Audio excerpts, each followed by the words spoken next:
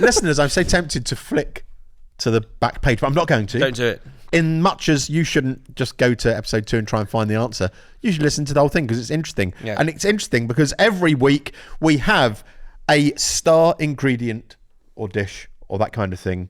Last week, it was wild garlic, 'cause wild garlic's in season. Yep. This week, it is a huge subject that we could probably come back to many times. Yeah.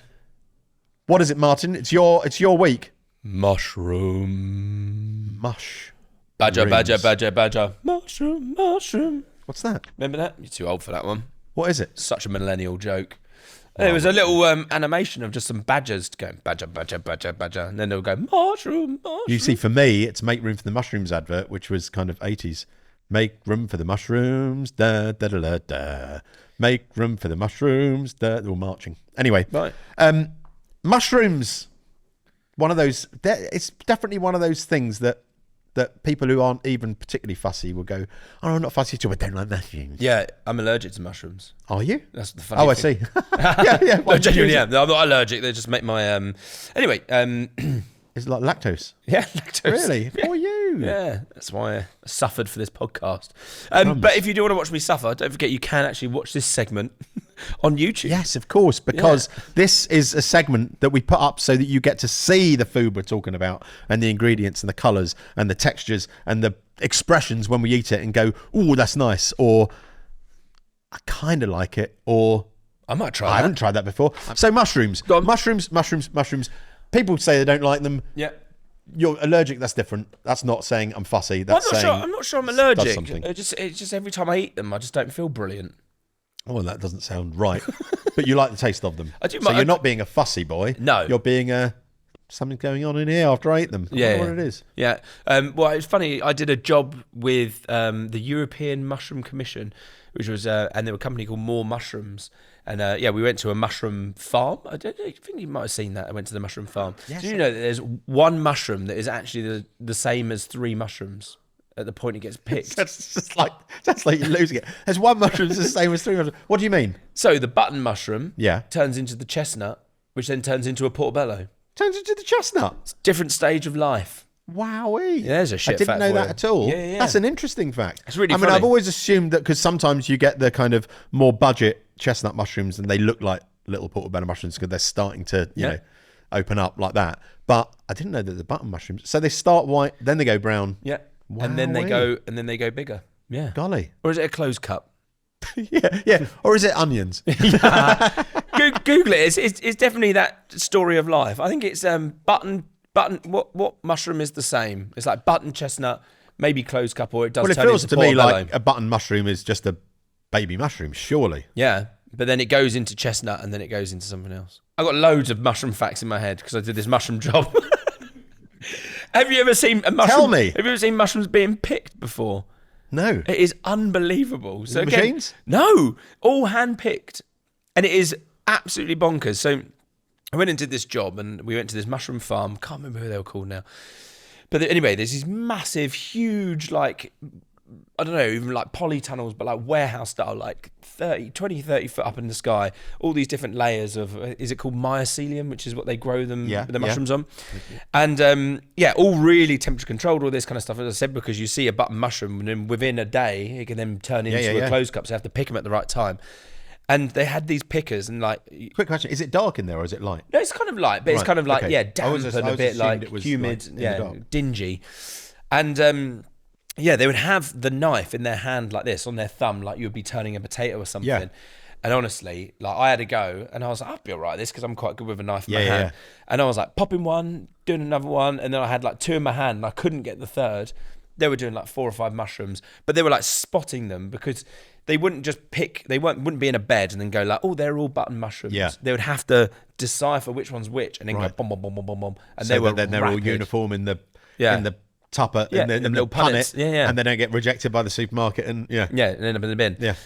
The other mad one was that the vitamin D, mushrooms can absorb vitamin D, so if you actually put them in the sun, they do absorb vitamin D and that's why in the supermarket you see vitamin D enriched mushrooms, and they've actually gone through a zapping machine when they get packed It's nuts. Put them in the punnet, they go in, and they go under this UV light, goes, woo, fills them with vitamin D. And that's vitamin D that your body will absorb. take on. Yeah. Wow. And if you haven't got a vitamin D enriching machine, you just stick them on the windowsill, they will absorb vitamin D, and then you eat it. Yeah, they're unreal. Crikey. Yeah. That's fascinating. There you go. Have you ever foraged for mushrooms?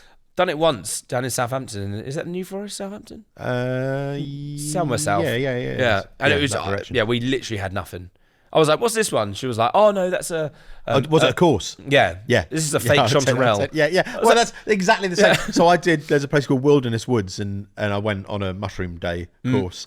And for every edible mushroom, there was like, oh, but you must look out for the false one that looks exactly the same. I came away less confident. Well, there's no way I'd do it, Yeah, I just end up walking around. Does that one make you high? Or does this one? Yeah, no, that one will kill you. What about this one? Yeah, you'll be dead as well. Have you ever had magic mushrooms? Once. I haven't. I had a wonder at Glastonbury. Yeah, 2005. The only time I went. You want to go to Glastonbury this year, don't you? I do. Hashtag, can I come with you? I haven't been booked. Well, I haven't yet. I don't know. I'm still waiting. To be fair, at the time of recording, I might have been booked. I only want to go because Biffy Clyro are playing, and I love Biffy Clyro, and I'll just go and see them and go home. Yeah. Well, actually, I wouldn't, would I? Go and get absolutely off my bunker. I think considering the tickets are about 360 quid, if you went to see one band and then walked away, anyone who didn't get a ticket would be going, "You spoilt bastard." I obviously had absolutely no idea what the stats are, but I think that the whole thing of like poisonous mushrooms, there are very few that are like poisonous, as in will kill you. There are a hell of a lot that either don't taste very nice, might make you feel a little bit crappy, but won't actually do any harm, and then edible ones. So I think that the ones that will kill you, there's very few. Oh, right. But there are a lot that just aren't worth picking, or Oh no, actually we did go mushroom foraging in Sweden with Janine's sister's boyfriend. He took us and he knew what he was doing. I did mention this before, I think. Yeah. I think it's just, I always remember working in restaurants and you get all the wild mushrooms and then it's like you just look around who's going to clean them. Because when you get them, they've obviously just like picked them out. There's all bits of wood and mud, and you have to get a little paintbrush. Is it morels? Morels, yeah. The ones that literally look like a sponge. Well, there is one on my arm somewhere. There he is. Gone? There he is. Yeah. Yes, I mean they look like lethal. You must get so much. Yeah, the chanterelle. These ones here are the one that you kind of like. If you need to clean them, you have to pull them apart a little bit, so you get into the stem and then you brush out. But they don't look so bad. They look almost like those gills. You could kind of run a brush along to get it out. Whereas those, they just look like you need to go in there with a pair of tweezers to get everything out. Pain. Shall I get my dish out? Martyn. Yeah. What's in your Tupperware? So, might need to dump this into a bowl. So what I'd done is when you cook mushrooms, what normally happens is that you you cook them, and if you jiggle them about too much, then all of the liquid comes out. Like mushrooms should be are like a sponge. So if you put them into something and you cook them in a coldish pan, they all go boil and all that liquid comes out. Yeah. So if you're ever cooking mushrooms, try and cook them like a high heat, a little bit of oil. Try not to turn them too much. But then one of my sort of like guilty pleasures was the mushroom and ham tagliatelle. Yes, exactly. That looks like you get from a supermarket in the old, the £1.20 section. So what I did this morning is I recreated it without the ham. So a sauce that I always think people should know is a velouté, which is basically a roux, so your flour and butter, and then instead of using milk that you would do with a bechamel, you end up just putting some stock in there. Yeah. And I put a little bit of double cream in. I would have put parmesan, but I didn't have any. But then I just used the badly cooked mushroom juice. Yeah. So I badly cooked them, took a bit of that juice out and put it through, and then made like a tagliatelle. A load of parsley? A load of parsley, some garlic. This just looks like my absolute favourite meal. I mean, it really does. Creamy tagliatelle with mushrooms. Yeah. Just going straight in. Oh. And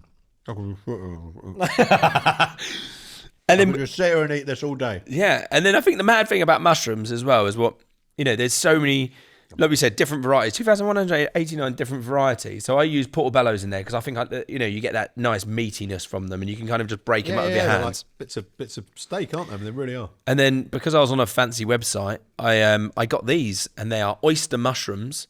So all I did with them is just made like a really basic like Asian marinade, I'd say, which is kind of in here. Yeah. Which was like a bougie sweet chili oil, sweet chili sauce, and then a little bit of chili powder, a sort of a dry Korean rub that I'd have from like a Tubby Tom's kind of style. Yeah. And then just marinated them overnight. And then ideally you would do it almost as like a yakitori style. Yeah, so you would do it over a little grill. Yakitori vibes. Yeah, but I just did it in a pan, so I got a little bit of char on there. And then I put a little bit of dipping sauce on the side. Alert. I'm going to eat the mushrooms. As I said, Janine had to try this morning, so it was a bit spicy. So, Perfect. is it perfect? Perfect. Yeah. I mean, come on. There's a little bit of extra dipping sauce as well if you want it. But have you seen the video of the guy that's done... Sorry, 1 minute. What mushrooms are these? Oyster? Oyster. Right. Yeah. So there was a video of a guy that did a chicken. He takes a chicken breast, and the way he cuts it, I don't even know how. He basically like flattens it and then chops like this and gets these super thin slices and then turns it round and then puts like a rod through it so it turns it into a kebab. I try and find the clip, but it's insane the way he cuts it. But anyway, I tried to mimic that with this. And then, yeah. That's so delicious. Yummy? I mean, spicy, soy, chili, mushrooms, meaty mushroom. Because what's the other one that everyone turns into a steak? Lion's mane. Yes, that's everywhere, all over the internet. I mean, some of this. I mean, I bet it works, but I suppose it slightly suffers from what we were talking about last week with the wild garlic I bet it's delicious, but it's, so over. Done. The internet is saturated with it. I'm going to eat this. The only problem I have with this pasta dish is that if I have that sort of pasta, especially that sort of temperature, and I'm hungry, I eat it so fast that I have that absolute panic when you suddenly feel like your lungs are full of pasta, and you're going, and you've got some in your cheeks still, and you go, I can't swallow it because it'll make it even worse. Yeah. But then you don't know what to do, and then you kind of start swallowing little bits, but it's just like making it worse, and then you kind of get in a panic. That's how like much I like it. Love it. I love that.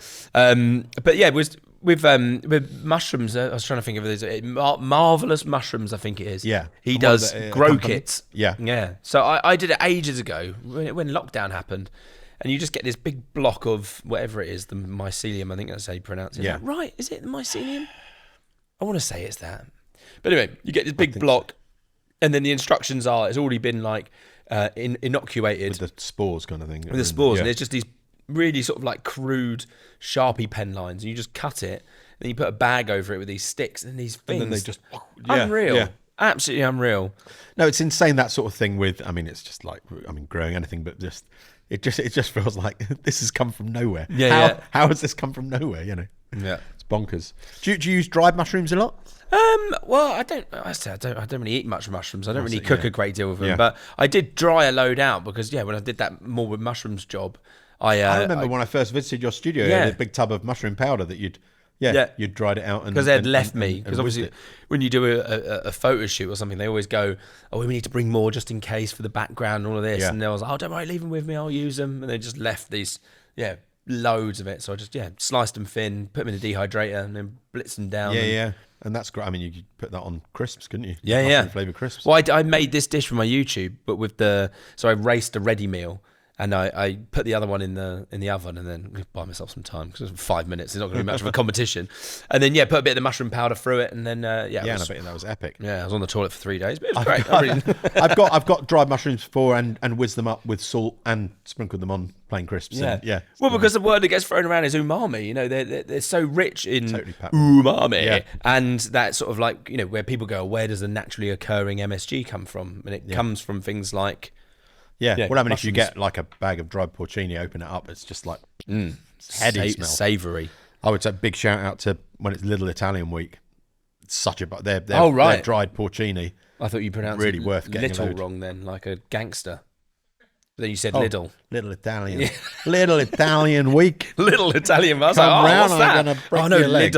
Lidl. Yeah. Okay. When they do that, so they're like, I don't know, $1.99 or something ridiculous. Yeah. For a bag of porcini that would cost you a fortune elsewhere, and they'd just soak those, stick them in a ragu or anything. Amazing. There's a question here. What's your favourite type of mushroom? You're asking someone who can't make up my mind whether I want like tea or coffee. I don't know. Big one, small one. Let's whittle it down. Tell you what I absolutely love when when I was a kid. One of Raspberry Ripple ice one cream. of my yeah. Raspberry Ripple mushrooms.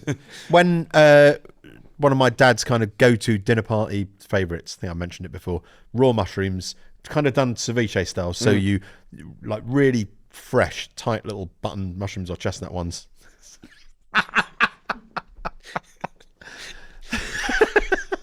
You know what I mean? I know. Really thinly sliced, and then you just put them in with, just oil, lemon juice, and garlic, and then It's a ceviche or carpaccio. I don't know. I mean, quite a lot of lemon juice. Yeah. So I guess that's doing the. Ceviche. Basically, because they're sat in there for like half a day, they come out and it looks like you've kind of poached, or fried them off or whatever, because they've got, they're not little hard mushrooms. They're flopsy. Anyway, sorry, listeners. Apologies for my friend. The worst. Go on. Anyway, Finish. and then loads of parsley, and that with just cooked cold prawns. Combination is heaven. Goodness Delish. gracious. Yeah, really beautiful. I was Because going the prawns are sweet. Yeah. Ow, bang your fingertips. Okay. But I don't know. What's your favourite type of mushrooms? Not having them because they give you the tummy ache. Yeah, well, the ones I always hate, if we do the opposite, is when you go to somewhere like IKEA and they have like the buffet mushrooms and they're like floating in that like grey liquid. Yeah. And they're like, do you want mushrooms? And I'm like, no, I hate them anyway. But anyone who does choose them is not going to enjoy them. Any kind of full English buffet when, Oh, and they've got the little spider that they lift them out with, these little like Golf bobbing ball around. scoop. But it looks like, I tell you what it looks like. It looks like they look like champagne corks that they've dropped in, didn't it? Like little white champagne corks. You go, well, that's not going to be nice. No, they're absolutely No, revolting. they're disgusting.